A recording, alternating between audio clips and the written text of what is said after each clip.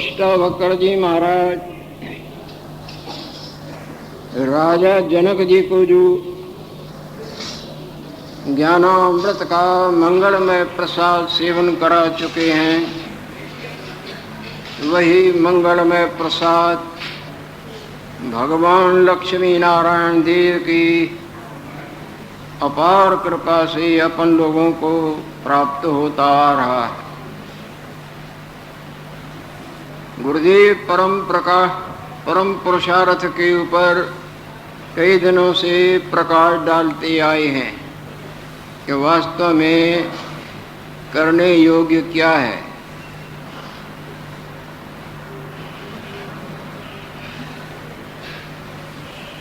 बहुत कुछ गुरुदेव ने समझाया, आखिरी में बोले सबका प्रकाशक शुद्ध संबित सर्वदेव समर्थ है, जो सब को सिद्ध कर रहा है।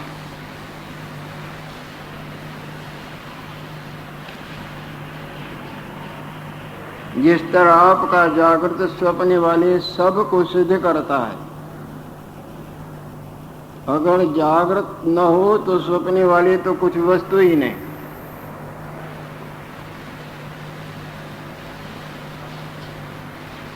इसी तरह सारे प्रपंच को जो सिद्ध कर रहा है,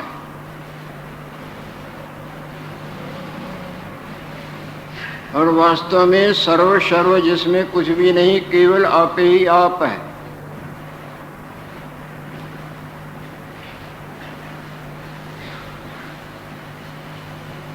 सर्व प्रकाशक शुद्ध संबित, जो सब प्रकार के कल्पनाओं से रहित है।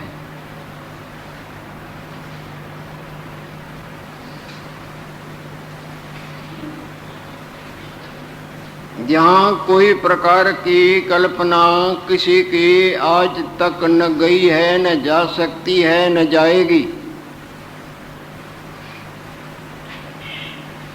ऐसा जो शुद्ध संबित है,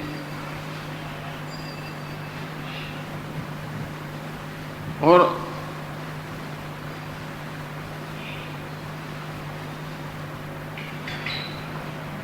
सब प्रकार जो समर्थ है, जिसको साधारण भाषा में ईश्वर कहा जाए, और विद्वताई के भाषा से आत्मा कहा जाए, ब्रह्म कहा जाए।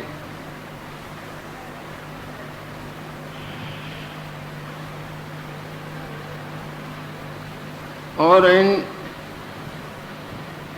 दृष्टियों से रहित यदि उसको कहें तो कहना ही नहीं बनता।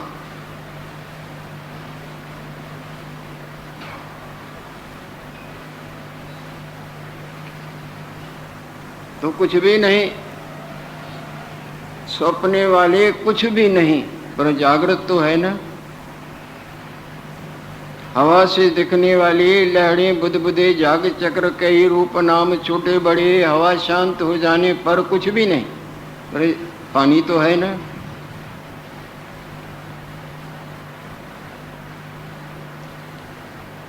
सिनेमा के पर्दे पर दिखने में आने वाले देवता दैत्य भले बुढ़े और उनकी चेष्टाएं फिल्म को उतार दें तो कुछ भी नहीं, पर पर्दा तो है ना। और पर्दा ही उन असत को सत करके दिखा रहा था। अगर अंधकार का दोष मिटा दें तो कुछ भी नहीं। मन के मनन रूपी दोष को निवारण कर दें तो न आप नजर आएंगे न हम नजर आएंगे। और रोजाना आप देखते हो, बोले कब देखते हैं? गाढ़ निद्रा में आप मन के मनन को दब जाता है नहीं आपके मन का मनन, तो आपको अपना आप दिखता है, स्वप्न वाला दिखता है, जागृत का दिखता है।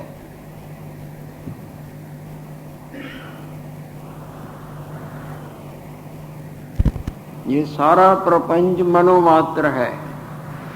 सारा फिल्म का संसार, चाहे भगवान चाहे भक्त चाहे भले चाहे बुरे, वो सब फिल्म मात्र है ना।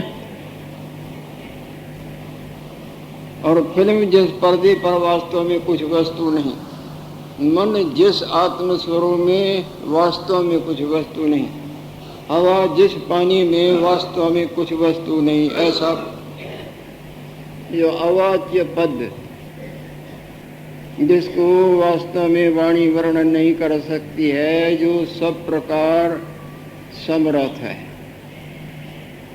ऐसे देव में यानी ईश्वर में मन का जोड़ देना, जिससे मनन भी शांत हो जाता है, यही परम पुरुषार्थ है। बाकी सब धर्म के धक्के खाने हैं, माने चाहे कोई न माने। भले युग भटक के कई प्रकार के चकमों में अपने जीवन की छलांगे मार के दुख और सुख के चांटे खाता, मरने जन्म के चांटे खाता, और 84 लाख डिजाइनों के चोले पहनते उतारते चोटे खाता, घूम के देखे आखिर यहीं आएगा।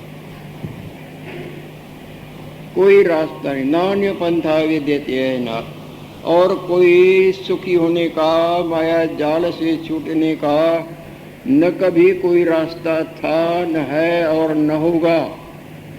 जैसे अंधकार के मिटाने का सवय प्रकाश की और रास्ता न था, न है और न होगा, इसी तरह वास्तव में सुखी होने का यही रास्ता है, यही परम पुरुषार्थ है। इसी पुरुषार्थ को सिद्ध करना ही सर्वोपरि कार्य है। रात दिन धन की आग लगी हुई है हृदय में, मान की भोगों की जैसे कोई अग्नि भभकती है ना, इसी तरह क्या छोटे क्या बड़े मिथ्या भी कहते हैं, सब झूठा है, पर झूठे में जूझते भी इतने जाते हैं कि भगवान ही कृपा करे। मम माया दुरत्या, मेरी माया बड़ी दुस्तर है।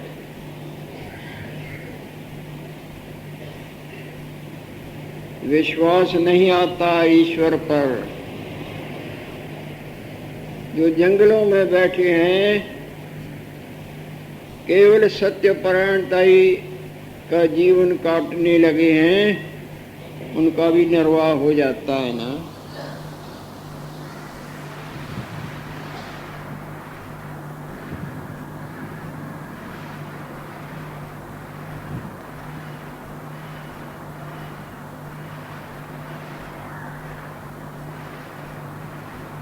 दैव सब जानते हैं। अनन्यास चिंतयन्तो माम ये जना पर्युपास्ते तेषां नित्यभियुक्तानां योगक्षेम वहाम्यहम्।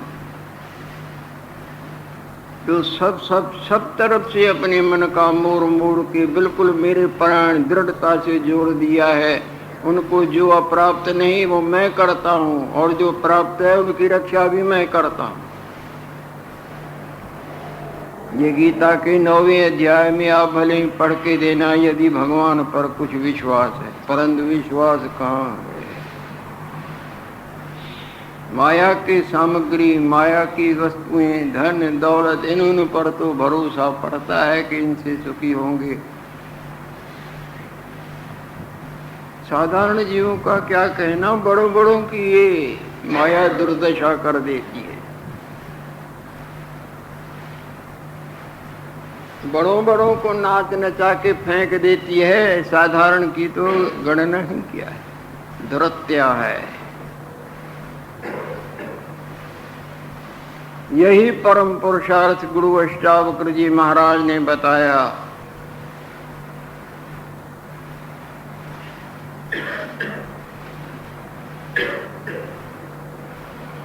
सबका प्रकाशक शुद्ध संवित एक देव समर्थ है, जो सब प्रकार समर्थ हैं, अद्वितीय हैं और सबों को सिद्ध कर रहे हैं, जिसके सत्ता से ये सब असत सत की तरह दिखते हैं, जो सबों का प्रतिपालन करते हैं।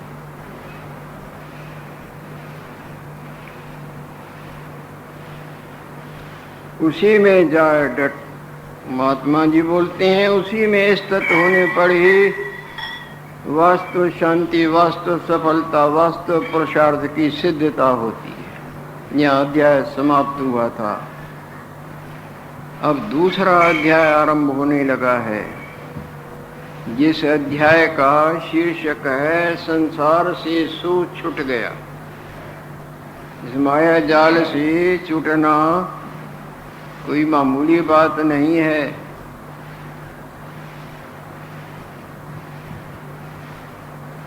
ये बड़ी दुस्तर है। ये सुख का चकमा दिखा के दुखों के पाशों से अच्छी तरह कस के बांध देती है। सुख का चकमा दिखा दिखा के उल्टा दुखों के जाल में बंदी बना देती है। जिस तरह वो पक्षियों को फंसाने वाले दाने का चकमा देके उनके जीवन पर खेलते हैं, इसी तरह ये माया शब्द, स्पर्श, रूप, रस, गंध, मान, खान, पान, इनके सुखरूप चकमे दिखा दिखा के ये अपने जाल में बांध देती है। वैसा बांध देती है कि युगों जन्मता और मरता, मरता और जन्मता, भटकता रहे।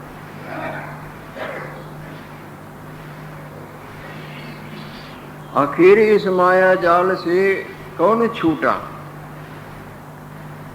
उस पर गुरुदेव प्रकाश डालते आ रहे हैं, जिन्होंने परम पुरुषार्थ सिद्ध किया है और आगे भी समझाने की कृपा कर रहे हैं। उनके लक्षणों का वर्णन करते हैं।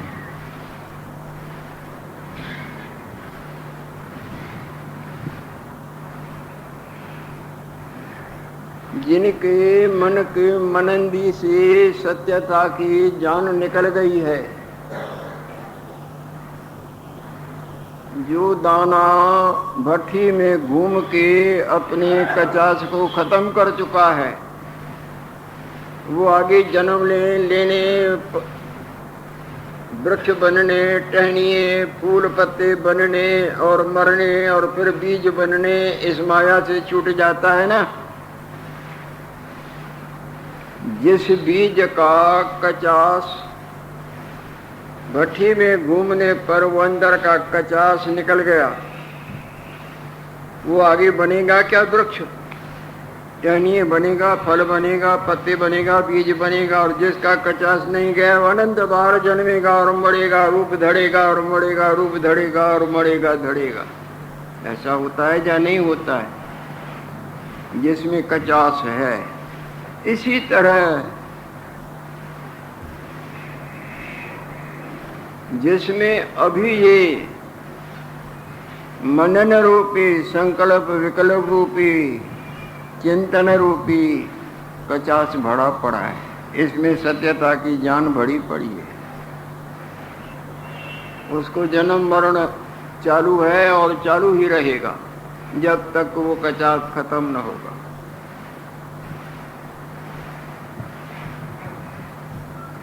जब तक आपको गाढ़ निद्रा नहीं आई है, तब तक आपको चाहे कितने भी संसार के दिन के चक में आनंद के और स्वप्ने के आनंद के चक में भुगतान होए, शांति आती होए तो हिम्मत होए तो हाथ उठा। अकेले दुखी हो जाते हैं नहीं कि हमको आराम, और उस आराम में भी गाढ़ निद्रा ना आवे, संकल्प विकल्प न दब जाए, बेजान न हो जाए। सब माया के भोग जितने आप चाहें भरपूर भरपूर दिए जाएं, परंतु गाढ़ निद्रा न दी जाए, कोई कबूल कर सकता है?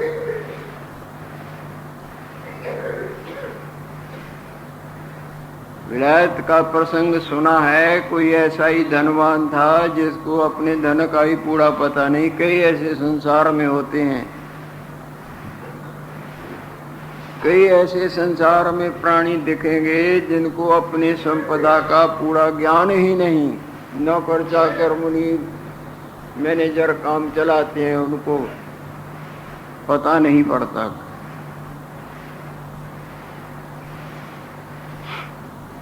उसको नींद नहीं आती थी। कई उनके नौकर चाकर आराम से लेटे हुए हैं और वह नींद का आनंद लेते हैं, पर उसके भाग्य में नींद नहीं थी। वो बावलों की तरह घूमे और अपने को कोसे कि मेरे ऐसे कर्म हैं कि इनको देखो क्या आनंद आ रहा है, मेरे को सब कुछ होते हुए भी मेरे को चैन नहीं।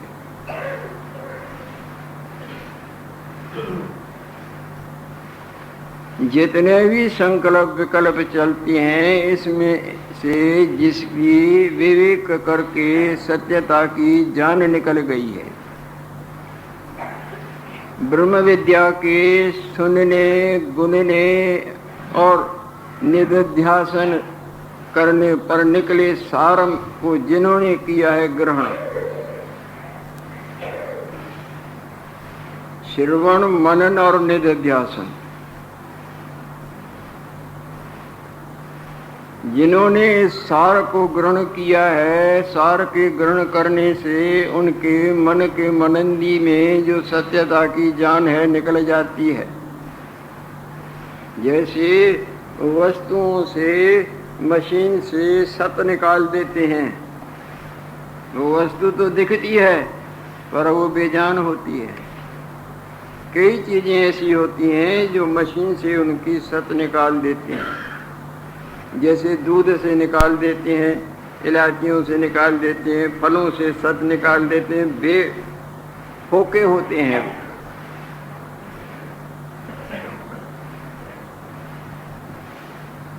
इसी तरह ब्रह्म विद्या के सुनने विचारने और निकले सार को गुनने गुनने से निकले सार को ग्रहण करने से, जिसको निधिध्यासन कहा जाता है, मन का जितना भी उत्थान है उसमें से सत्यता की जान निकल जाती है कि सब ब्रह्म मात्र है। जैसे जाग जाते हैं तो जितना भी आपके मन का मनन आपको सत्यता की तरह अपना आप और संसार परिवार धन दौलत ये वो दिखाता था, जगने पर जान निकल गई ना, कुछ भी नहीं, चाहे भासने भी लग जाए रात वाला। इसी तरह जिनको अपने वास्तव स्वरूप का बोध हुआ है, सत्य सत्य का विचार करके जिन्होंने सत्य में विश्रांति पाई है, असत्य चिंतन जितना है, जितना मन का मनन है, जितनी माया है, उसमें से सत्यता की जान निकल गई है। वर्तते हैं, बोले कैसे वर्तते हैं? जैसे बहुरूपिया कितने रूप धरता है और उन रूपों में और रूपों की क्रियाओं में उनकी सत्यता की जान होती है। पाठ करता कितना रोते और हंसते हैं पाठ में, पर उन पाठ की क्रियाओं में रोने हंसने में उनकी सत्यता की जान होती है। इसी तरह सारा संसार मैं और तू सहित सारा जिसके सत्य हृदय से निकल गया है, नजरों से प्रतीत होता है पर हृदय में नहीं। जैसे आप जागते हैं तो जागने पर स्वप्ने वाला संसार आपके हृदय से निकल गया ना, आभास मात्र नजरों में भले घूमे,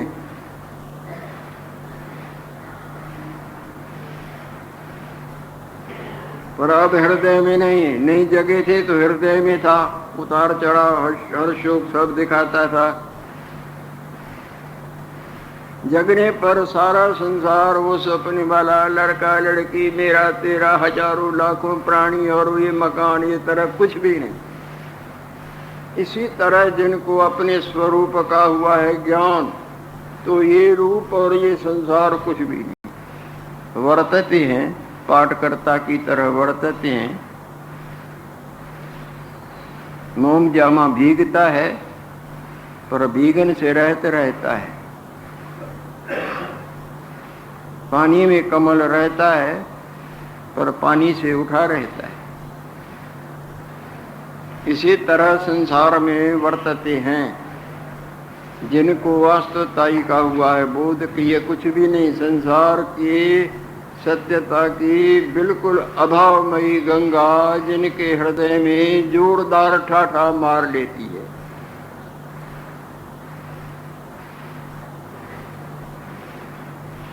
कई दफा ऐसे प्रवाह चले हैं जो दिखते थे जैसे हम तुम दिख रहे हैं, कुछ भी नहीं था, न वो थे न उनका देखना, सुनना, बोलना और मेरा तेरा और सोचना, रोना, हंसना, काया, कपड़े लत्ते, मकान, कुछ भी नहीं।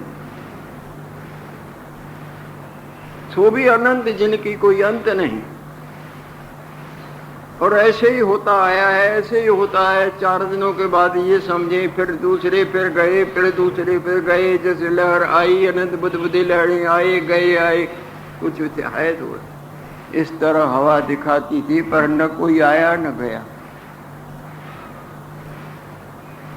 जिस तरह आपका स्वप्न वाला पूर्ण आपको दिखाता था, पर न कोई आया न गया, न तुमको जो मनता।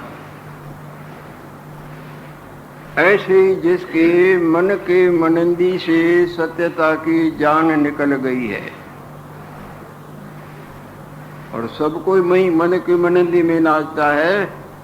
सारो जग जखे तो मन नजे महलात में, सब कोई मानता है। और मनन आत्म स्वरूप में ऐसे है जैसे सूर्य नारायण में अंधकार। सूर्य नारायण में अंधकार दिखता है नजर के कमजोरी से, इसी तरह ये हमको मनन दिखता है ज्ञान के कमजोरी से, वास्तवताई के जानने की कमजोरी से।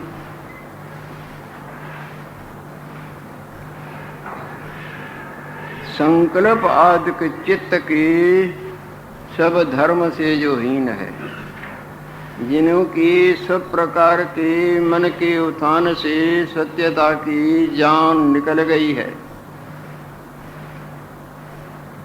जैसे जिसके प्राण निकल जाते हैं उसकी सब चेष्टा समाप्त हो जाती है ना,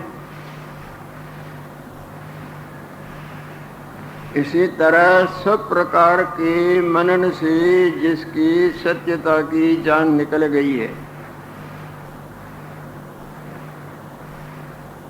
बालक जिस तरह चेष्टा करते हैं अथवा पाठकर्ता जिस तरह पाठ करते हैं,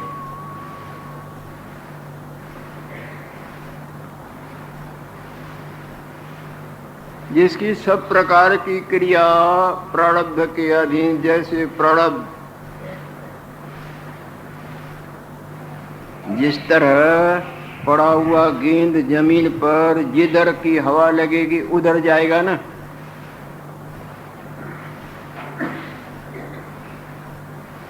इसी तरह से जैसी प्रारब्ध राज कराएगा तो क्या बढ़ जाएगा, और भीख मंगाएगा तो क्या घट जाएगा। कई राजा और रंग अनंत गए जिनका पारावार नहीं, और आने वाले बैठे जाएंगे और आएंगे वो जाएंगे। एक द्वार से डालेंगे दूसरे से निकालेंगे, कुछ बोलेंगे कुछ देखेंगे कुछ सुनेंगे, और मटिया बेट सब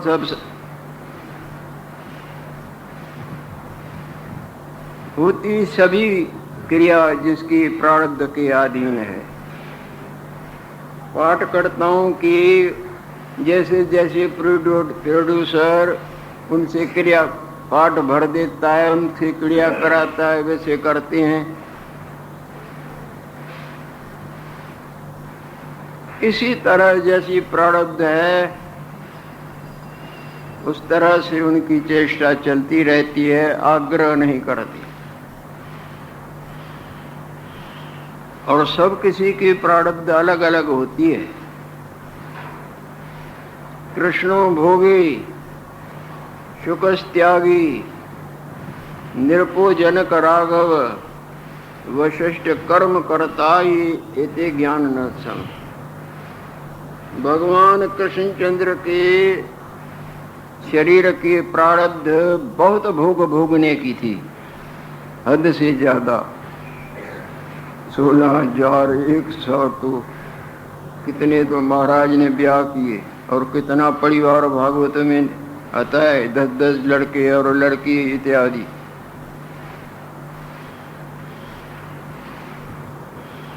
महाराज को बहुत भोगने की वजह से भोगी शब्द से वर्णन करते हैं। कृष्णो भोगी, और सुखदेव जी महाराज की प्रारब्ध बिल्कुल भोगों से रहती थी। सुख त्यागी निरपो जनक राघव, राजा जनक की राज करने की थी, राम भगवान की राज करने की थी, वो राज कर रहे हैं। राज्य में अनंत प्रकार के उतार चढ़ावों का सब संभालना होता है। और गुरु वशिष्ठ जी महाराज जो ज्ञान के अवतार हैं, उनके शरीर की प्रारब्ध पुरोहिताई की थी। किसी को यज्ञ करवाना, किसी के सदगति के लिए उनकी क्रियाकर्म करवानी, किसी को लड़का चाहिए, किसी को ये चाहिए, किसी को ये चाहिए, उन्होंने क्रिया पुरोहिताई की जैसे विद्वान पंडितों की होती है। तो अपना नेक लेते थे, ज़्यादा नहीं। जब राम भगवान उनकी क्रिया लड़के हुए हैं अथवा शादी से लौटे हैं, तो राजा दशरथ उनको बोलते हैं, राज ये सब बोले, राज मैं नहीं लेता, मेरा जो नेक निकलता है, जो मैंने पुरोहिताई का कार्य किया है, उतना ही मैंने लेना है, बाकी मेरे क्या करूँगा। वाल्मीकि रामायण में देखें। और बुद्धिमान ऐसे ही करते। यजमान बहुत ही देते, परंतु आप नहीं लेते। ऐसे ही याज्ञवल्क्य जी महाराज, उनका भी ऐसे ही जो पूर्ण पुरुष हुए हैं। राजा जनक बहुत देता है। विराट सभा में जिनकी विजय पताका झूल रही है, सब विद्वान झुक चुके हैं। कुछ देते हैं तो मेरे से तुम कुछ पूछो, जानो, मैं कुछ कार्य करूं, फिर तुम मेरा आदर करो।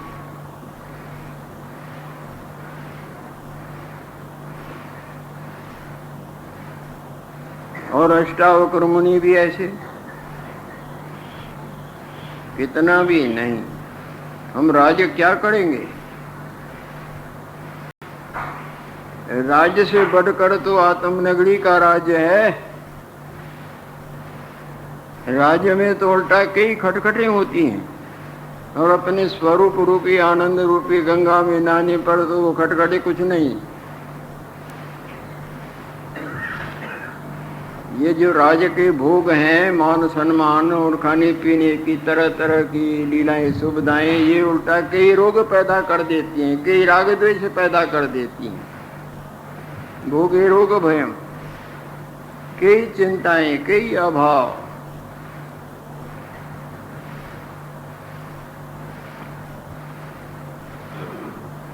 जिसके शरीर की क्रिया जैसे प्रारब्ध है उसके मुताबिक चलती है। ज़्यादा लोभ लालच और ज़्यादा उछल कूद में जो नहीं जाते, और सब प्रकार के मन के मनंदियों से ऐसे उठे रहते हैं जिस तरह कमल पानी में रहते भी पानी से ऊपर उठा रहता है।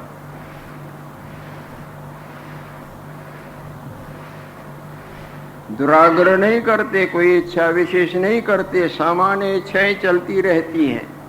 थूक फेंकनी है, कोई शरीर में पीड़ा है, उसके ऊपर कोई दवाई लगानी है, ये सामान्य इच्छाएं हैं।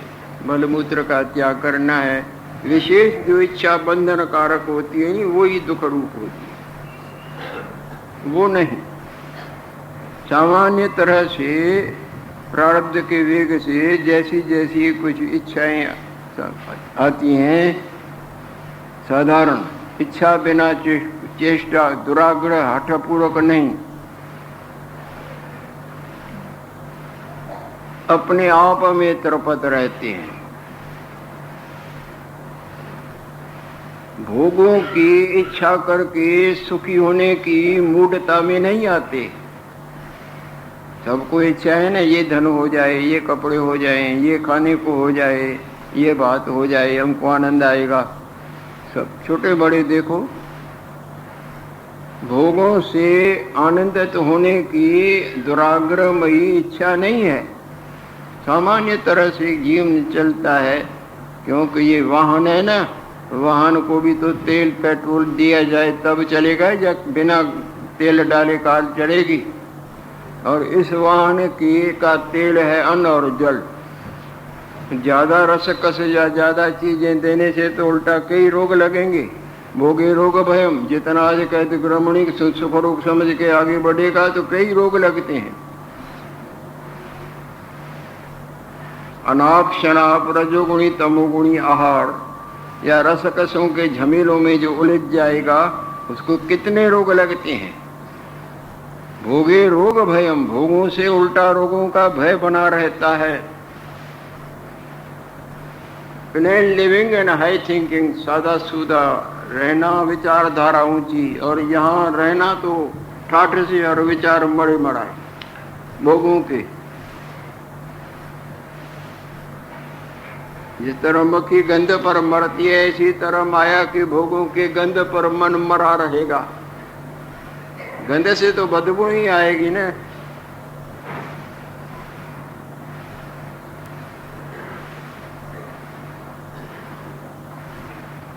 शतोगुणी आहार, जहां तक बने रजोगुण और त्याग तमोगुण से बचे रहना, उनका त्याग करना, सतोगुण को अपनाना। सतोगुण से ज्ञान बढ़ता है और रजोगुण तमोगुण क्रिया और जलन वैर विखादित